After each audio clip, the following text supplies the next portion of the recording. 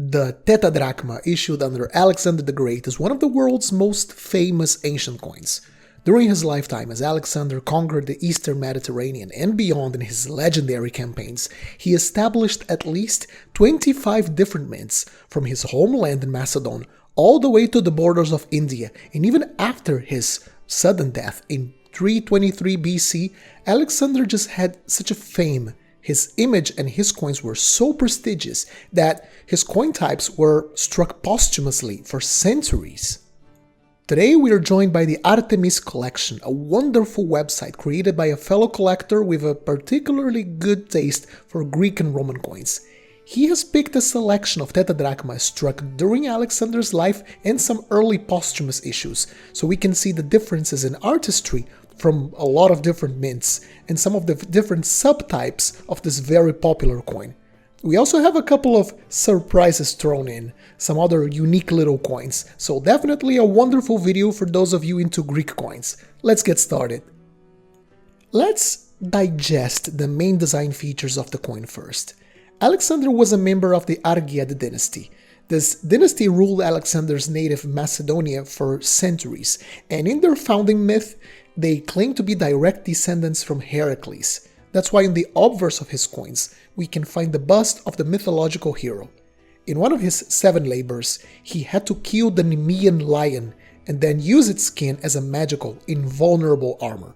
When I first saw this design, I actually had a hard time distinguishing the features of the lion, so I'll put on the screen now a little colored diagram so we can see the different design elements. As you can see, over the top of Heracles' head, we have the open mouth of the lion, almost like if it is swallowing his head. We can make out the lion's nose and eyes in this part. A little further to the back, we have his mane and its ear, and on the lower part, we can even make out both of the lion's front paws tied together in a knot around Heracles' neck.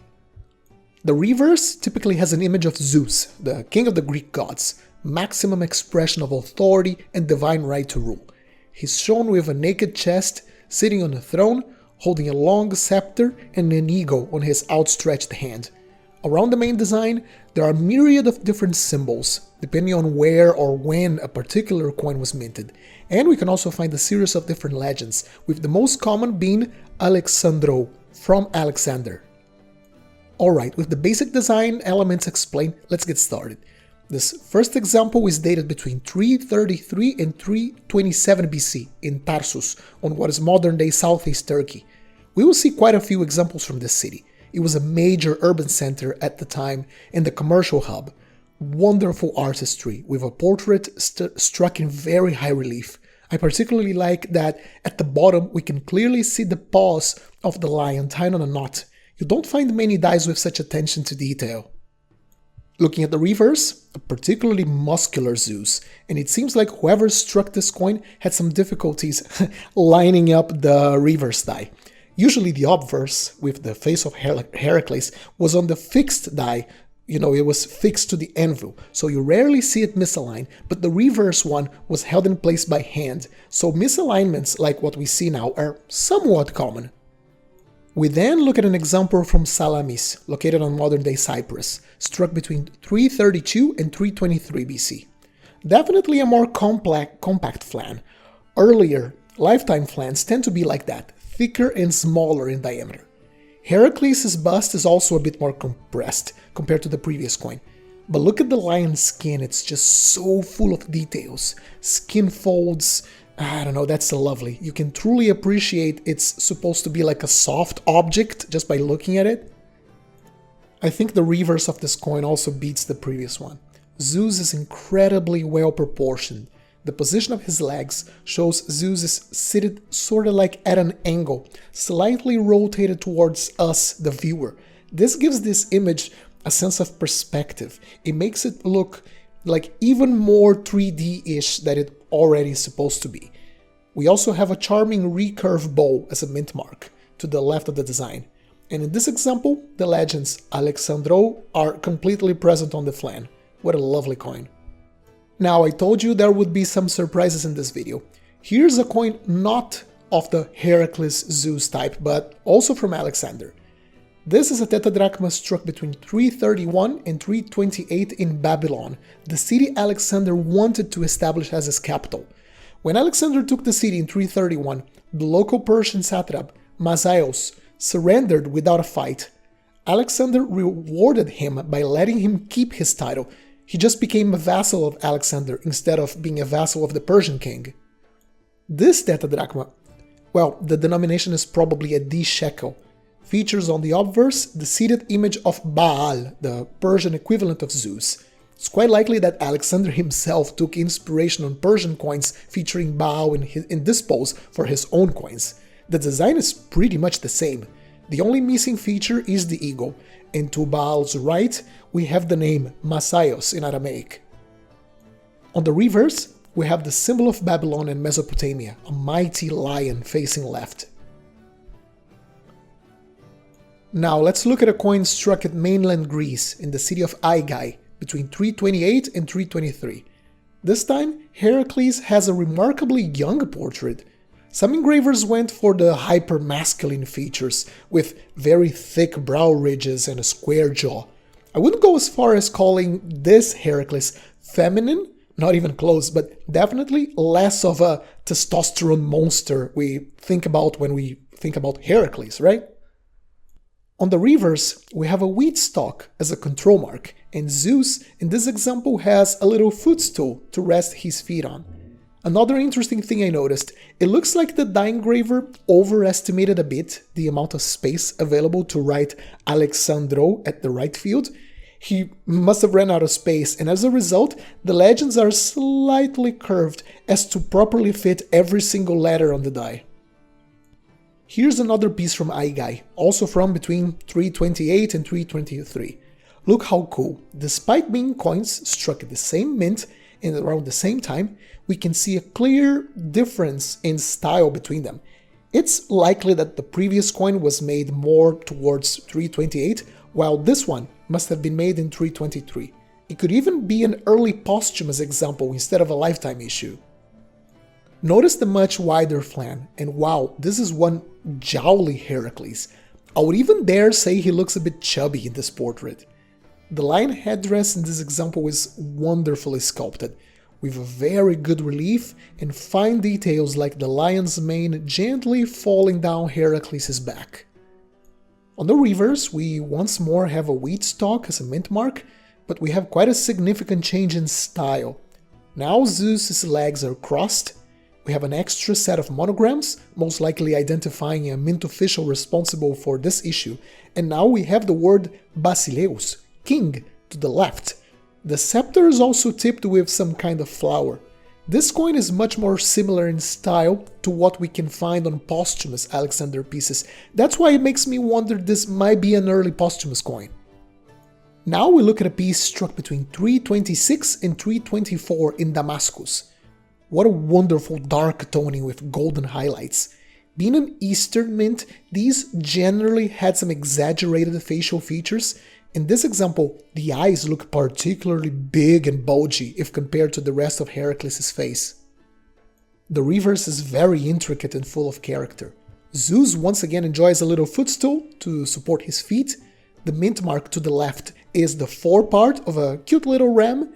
We have a couple of control marks, the letters delta and alpha neatly tucked between the throne's legs, and I like how Zeus' outstretched hand holding the eagle has finely sculpted, it's super finely sculpted, right? Notice his fingers, they aren't stiff like in many dies of more pedestrian style. They unfold organically, the palm is like gently open, each finger points in a slightly different direction and they bend in a natural way, showing the engraver knew some basic concepts of anatomy and applied them to his craft. Very, very nice. Next, a piece from Sardis, one of the very first cities to ever strike coins. This tetradrachma is an early posthumous issue, struck between 323 and 319. In this die, the lion headdress is more tightly fitted on Heracles' head, as we can see.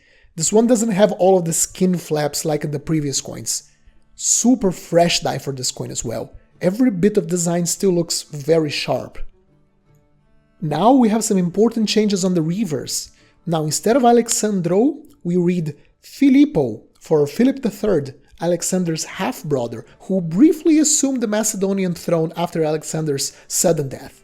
When trying to date these coins, lots of people overgeneralize a bit, thinking all coins that show Zeus with his legs uncrossed must be a lifetime piece, while the ones with a crossed leg are posthumous. Here we can clearly see a case of a posthumous coin with uncrossed legs. You really need to look into a catalog called Price to get a proper date for these coins. You can't just overgeneralize. Next coin, we're back at Tarsus, now for a posthumous piece struck between 323 and 317. Comparing this to the previous coin shows us how much variety there is in style between these coins. While the previous piece was quite clean looking, this one is jam-packed with details and intricacies. Despite being a posthumous piece struck under Philip III, this one still mentions the name of Alexander. This reverse is as highly detailed as the obverse, with a particularly big and complex throne where Zeus is sitting on. Lots of flaps and bands on the piece of fabric covering Zeus's legs as well, and a lovely little flying Nike to the left as a mint mark. And here, another example, also from the Tarsus mint, from around the same time period. Notice the style difference once again between coins that are supposed to be from the same time and the same mint. Obviously, this coin is the fruit of a completely different die engraver. Next, we have an example from Amphipolis, one of the most prolific of all of Alexander's mints. Coins of Amphipolis are a little bit less realistic compared to other mints. As we can see on the obverse, the lion's hair is composed of a pattern repeated over and over instead of individually engraved flocks of hair, each one having like a different shape. Now we have a relatively skinny Zeus compared to the super buffed versions from the previous coins. I love the legends in this example. We have a Alexandro Basileus going all around the design with the very last letters cluttered together right at the bottom right corner of the design. Looks like another case of a die engraver miscalculating the space available to write all of the letters in. Next, here's a coin in not very good of a grade, but very interesting nonetheless. Left-facing busts on these Alexander types are very rare for some reason. Most likely this was done as a matter of visual consistency. This example was struck in the original Macedonian capital, Pella, making it even more interesting. This piece has seen quite a bit of circulation. If it wasn't for the left-facing bust, coins in this condition are an affordable way of having an Alexander tetradrachma. Next, we go to Phoenicia, on the eastern shores of the Mediterranean, with this tetradrachma from the city of Tyre, struck in 318 BC. Each of the Phoenician city-states was ruled by a local king. These kings were subjects of the Persian king before Alexander's arrival. Under Greek rule, the Phoenicians lost their rights to mint their own coin designs, having instead to fall in line with the Macedonian standard and strike Greek denominations. On the reverse of this coin, under Zeus's outstretched hand, we have a Phoenician inscription, Asemilkos, the name of the local king put in charge by Alexander, and we also have the number of his regnal year, 31. Other than this small inscription in Phoenician script, there are no other native images in this coin. Now let's look at another Phoenician city, Arados. This is a slightly later coin, most likely struck around 310. By this time, the successor kingdoms, founded by Alexander's generals, were already well established. Their coinage, however, still used the old designs of Alexander, as we can see. This would change in a few decades, as new coins featuring the faces of these new Hellenistic kings started becoming more common and replacing the old Alexander type. On the reverse, we clearly see this as a transitional coin. The main design feature, Zeus, is still there, sitting on his throne, but now he holds a little Nike on his hand instead of an eagle. As for the legends, we can read Basileus Seleuco, meaning of King Seleucus, who was one of Alexander's generals who founded the Seleucid Empire, the bigger successor kingdom of all of his successor states, taking all of the easternmost conquest of Alexander. And finally, a coin struck at Susa, Alexander's easternmost mint in modern-day Iran. Susa was one of the main cities of the Achaemenid Empire, and when the Seleucids took the city, it kept being an important center of power for the Greeks to project their power into their easternmost territories. The reverse is very impressive in my opinion. The throne is well sculpted with like a little backrest clearly visible. Zeus is struck in quite high relief, and in this case, the control marks, we have 2 monograms under the throne and a little laurel wreath to the left. I didn't want to end the video just yet, so here's a little bonus. A coin of Alexander's father, Philip II. Coins of Philip typically showed the bust of Zeus wearing a laurel crown. In his very early reign, Alexander also kept striking this type, but the majority of these coins were indeed struck under his father. And on the reverse, we have a naked young man holding a palm branch and riding a horse. Over his head, we have the legends, Filippo, of Philip. This coin must have circulated quite a lot back in its day, not only for the amount of wear this coin presents, but as we can see here, it even received a test cut, like a little punch mark, sort of like, because someone wanted to check if this coin was made out of silver all the way to its core. And to close out the video, a Celtic imitation of a Philip Tetradrachae. Philip hired lots of Celtic warriors to fight in his army. Their different fighting style complemented the Macedonian heavy infantry phalanxes, so he hired entire armies to his campaign. And they were, obviously, paid in coin. These Tetradrachae made their way back to Celtic lands, and they must have become quite popular back in this new land, because lots of imitative Tetradrachae like these were made. And now the reverse is super wonky. As we can see, the horse has become this noodly shape, and the young rider has fused himself with the horse, as we can't see any legs. The style in these Celtic coins varies wildly, from the very realistic, high-quality copies to some highly abstract interpretations, likely the results of copyings being made out of copies throughout the centuries, with increasingly degenerate designs. So as we can see, there are lots of variations in the coins of Alexander. I want to hear from you now. Have you got a coin of Alexander? Have you got a lifetime or a posthumous piece? Let us know in the comment section down below. Happy collecting, and I'll see you soon.